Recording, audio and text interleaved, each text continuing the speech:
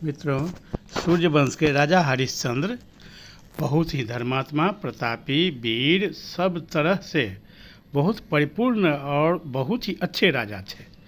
उनका चर्चा वो तीनों लोक में था।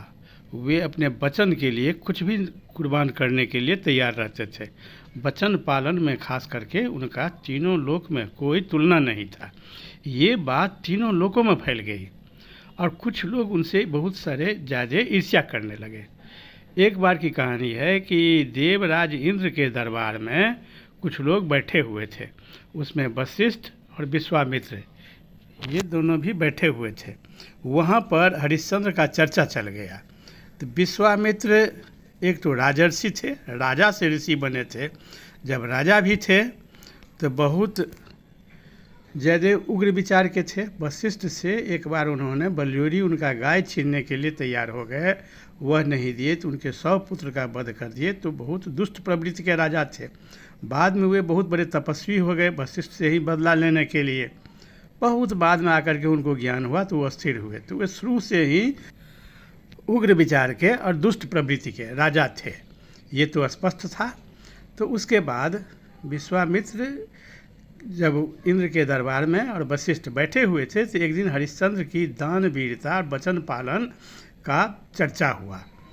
देवराज इंद्र भी कहे कि अभी तीनों लोक में ऐसे सत्य बात बोलने वाले, ऐसे दानवीर कोई नहीं है। तो इस पर मैं विश्वामित्र विरोध किए। तो वशिष्ठ ने कहे कि वह मेरा शिष्य है, हम उसको अच्छी तरह से जानते हैं, हम उसके कुलगुरु हैं। वह किसी भी परिस्थिति में अपने वचन से नहीं हट सकता है। बहुत अच्छा प्रजापालक है, सब गुण से संपन्न है। हरिश्चंद्र ऐसा राजा अभी तीनों लोक में कोई नहीं है। वशिष्ठ इस बात को बहुत जोर देकर कहने लगे। तो विश्वामित्र को ये बात अच्छा नहीं लगा। वो कहे कि नहीं, आजकल के युग में कोई भी ऐसा सत्यवादी नहीं हो सकता है, कोई ऐसा नहीं होगा जो अपने वचन से कभी नहीं मुकरे, ऐसा हो ही नहीं सकता है। विश्वामित्र इसका बहुत ज़बरदस्त विरोध करने लगे। वशिष्ठ कहे कि नहीं, ये संभव ही नहीं है। चाहे कुछ हो जाए, सूर्य उगना बंद करे, चंद्रमा का उदय नहीं हो, कुछ भी हो, लेकिन हरिश्चंद्र अपने बात से हट नहीं सकता है। हरिश्चंद्र को हमने सब तरह से परख लिया है। विश्वामित्र एक बार एकदम मानने के लिए तैयार नहीं हुए। तब वशिष्ठ ने कहे कि आपको अगर नहीं विश्वास होता है तो आप परीक्षा ले लीजिए। तो विश्वामित्र कहे कि हाँ, हम परीक्षा लेंगे और परीक्षा में निश्चित रूप से उसको असफल कर देंगे।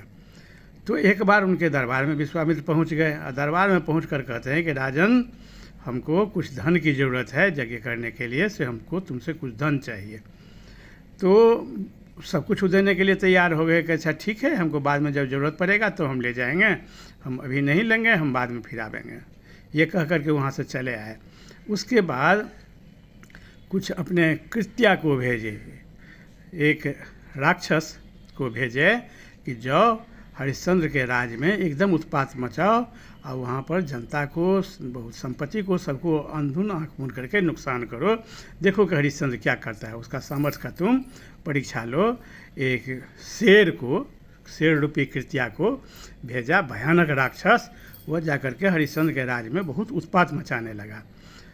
प्रजा लोग आकर के हरिश्चंद्र कहे तो हरिश्चंद्र कहे कि जब तक मैं हूँ प्रजा का रक्षा करना मेरा धर्म है, हम जरूर उसे रक्षा करेंगे। और हरिश्चंद्र अकेले गए और उस राक्षस को हरिश्चंद्र उस राक्षस को वध कर दिए। उसके बाद वहाँ से आए तो विश्वामित्र जब इस बात को सुने जो हमारे भेजे हुए राक्षस को हरिश्चंद्र ने वध कर दिया है, तब वह कुछ अप्सराओं को भेजे कि तुम लोग जाओ, किसी तरह से विश्वामित्र के वचन को भंग करो, उसके सत्य व्रत को तुम लोग भंग करो, जो हरिश्चंद्र के व्रत को भंग करो। तो उसके बाद वो अप्सरा सब गई और वो लोग बहुत तरह से हरिश्चंद्र को प्रलोभन दिए, बहुत कोशिश किए उनको धर्म से डिगाने के लिए। वो लोग सब प्रयास से थक गए कि हरिश्चंद्र किसी भी परिस्थिति में अपने धर्म से नहीं हटे। ठीक है, राजा का धर्म था, वो सबका नाच गान भी देखे, फिर उससे हटे नहीं। अंत में वो लोग भी असफल हो गई। उसके बाद हरिश्चंद्र, विश्वामित्र और बहुत क्रोधित हो गए और फिर अब वह कौन रचना रचेंगे और क्या करेंगे, ये सब देखने के लिए वीडियो की अगली कड़ी का प्रतीक्षा करें। बहुत बहुत धन्यवाद। जय श्री राम।